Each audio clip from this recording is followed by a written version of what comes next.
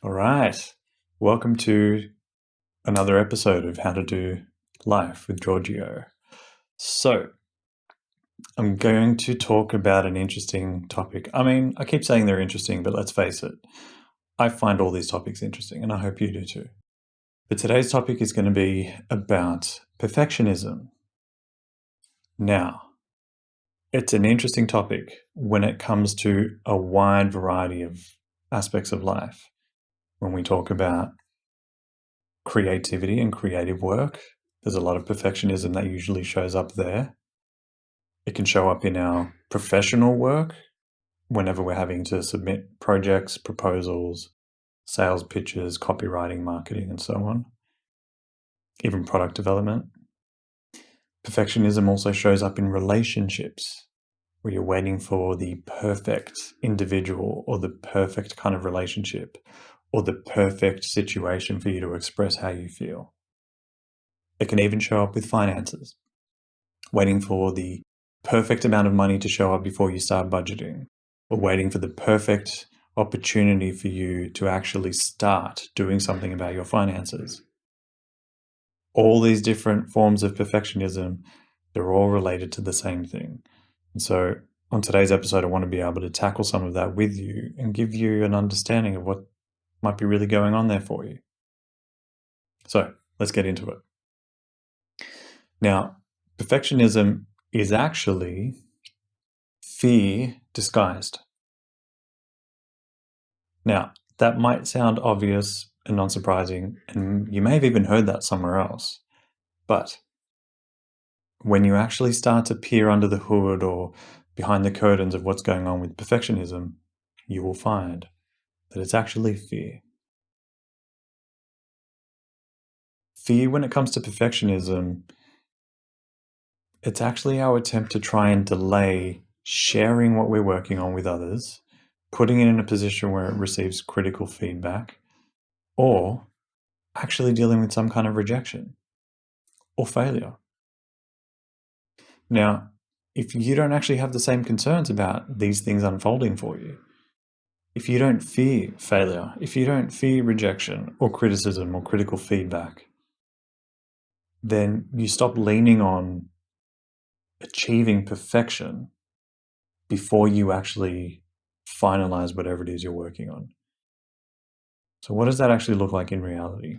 Well, in a number of cases with several of my clients who are professionals, they spent more time than they needed to wrestling with the finer details of publishing something that was important to them, either a course, a book, or a piece of content, and ended up delaying it over tiny little details that the consumers wouldn't even recognize.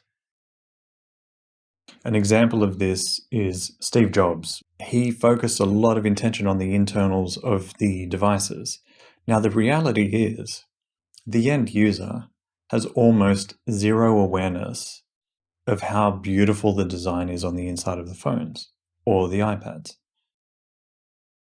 Tech nerds, tech geeks, people who are into technology or just industrial design are the ones who appreciate this, but they are the minority of the user base that purchases the phone, the end user. So getting caught up on all these minute details may be for nothing. And in some instances, they are. So the question is, do you continue to delay actually either starting the project or the work that you're wanting to tackle, or even putting it out there and publishing it when you're at the tail end of it for these minute details that people may not even notice or even fully appreciate? This is something you want to ask yourself about, because if you're actually fearing the criticism, but you're trying to get the most absolutely perfect end result as a result, then you're tripping yourself over. In fact, you're getting really selfish if you take a look at what's really happening here. You're so caught up on achieving perfection that you're robbing other people the opportunity of being able to experience whatever it is you're wanting to put out. If you're working on a book and you spend too much time trying to perfect it, you are continually robbing people, the readers, of the opportunity of consuming the book. If it's a course, you're robbing people the opportunity of being able to go through the course. If you're designing a retail space or a restaurant, or if you're trying to nail down the perfect product and make it as if the first product that you produce is like the version 5.0 version that you want to produce and put out there in the world, then you're robbing all of the people who would get value from version 1.0, 2.0, 3.0, and 4.0 as you continue to refine and iterate as you go. When we get stuck in perfectionism, we actually rob a whole lot of opportunities from people out of our selfish fears of being criticized, dealing with rejection, maybe it not being fully up to par. And what can be a huge undercurrent is a fear of humiliation, that you put something out and everybody just laughs at it. And you experience an abundance of embarrassment. But that's not the whole truth. Because what you'll find in the various things that I talk about is that in this neutral world that we live in, you cannot experience criticism without also experiencing praise. This is something that I learned from a mentor of mine, Dr. DeMartini, where when you actually look at any given moment when you are receiving criticism from people, you are receiving an equal amount of praise from another group of people, if not one person alone. So we're avoiding an outcome that isn't entirely true. Now, the reason why we live in fear, if you've listened to or watched my podcast episode on anxiety, fear is that you're expecting the past to repeat itself. So the only reason you are using fear as a way to cover up your perfectionism is because at some point in the past, you put something out, you shared something with a group or an individual, and you received some kind of critical feedback, or it wasn't up to par, or it didn't quite deliver, and that was a painful experience for you. So if you are one to get stuck in perfectionism, instead of buying into the disguise that you're quite a perfectionist and that's what makes you brilliant, let's get real, let's get really humble, because I used to think this about me years ago. You're not as brilliant as you think when it comes to perfectionism. That's not the brilliance. The brilliance is you actually creating whatever it is you're creating and putting it out there in the world. It's not in the perfection. The perfection is actually in the flaws. So look back through your past and take a look. Where in the past did you put something out where it was being criticized? And you will probably find that one of several things have happened. You either crammed in the last minute, like we all did as kids. We crammed the assignment in the last minute. Or we did it like we spent a lot of time initially and then stopped thinking, well, I'm way ahead of it. And then you ended up having to cram again right at the last minute. Or you were struggling with it and then you ended up asking for help. Or you didn't quite hand it in the way you were supposed to, or at all, and received a lot of criticism and feedback. I remember when I was in grade 6, I didn't complete my mathematics homework. And I wasn't a huge fan of mathematics when I was younger, and I struggled with it. And so I didn't hand it in. What ended up happening that day, I think my teacher was just in a mood and she was fatigued.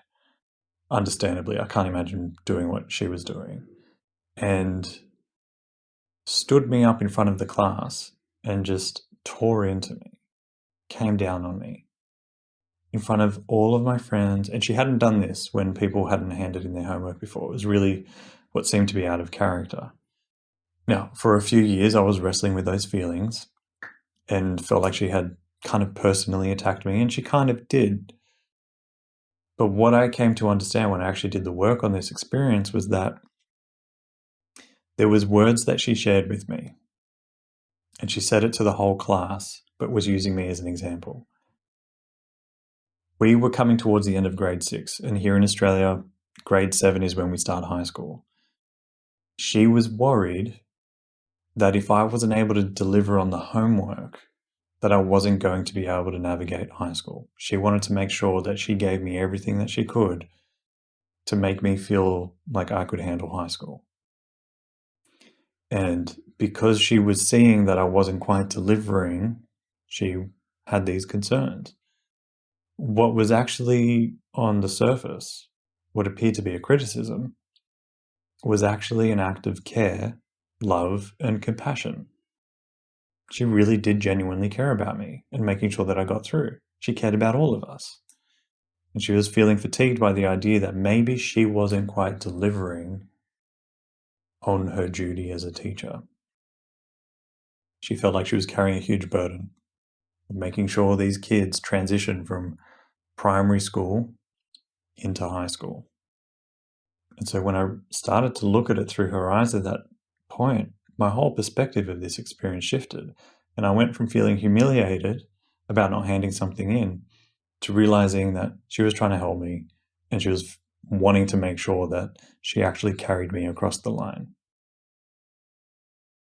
So if you have a memory like that where you felt like delivering something late led to some kind of painful or negative feedback, go back and reframe it. Go back and have a look. Maybe there was something going on there that you didn't quite fully appreciate about the experience. And that doesn't necessarily mean that you need to nail it with perfection before it gets out there. The only reason today's technology is what it is because the more primitive, basic versions of technology that came out years before what we have today was put out into the world. And they found that there was certain limitations of it, that it didn't quite deliver in some areas.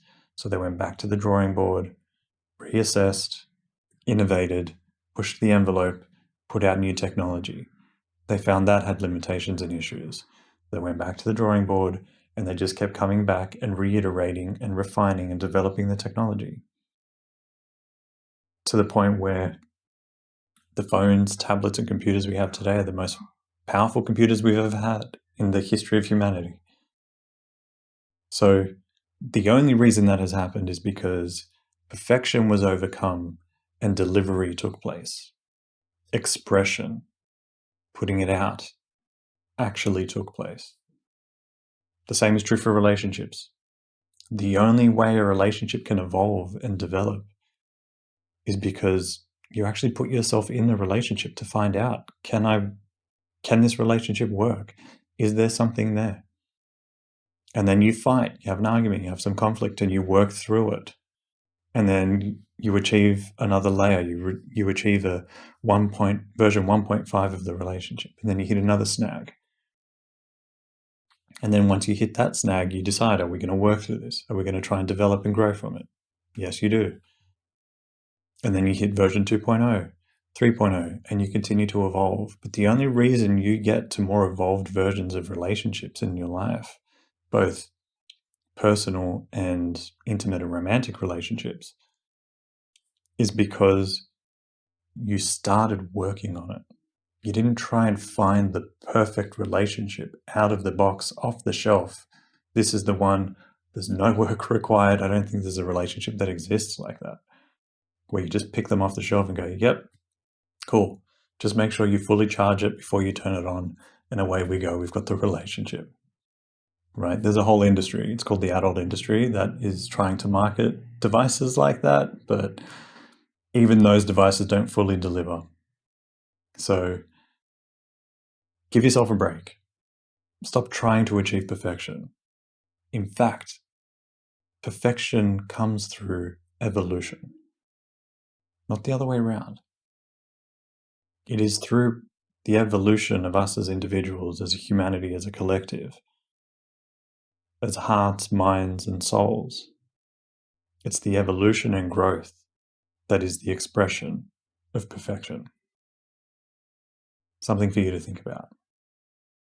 So, if you're getting stuck in perfectionism, which is actually fear just disguised, spend some time reflecting on what that fear might be.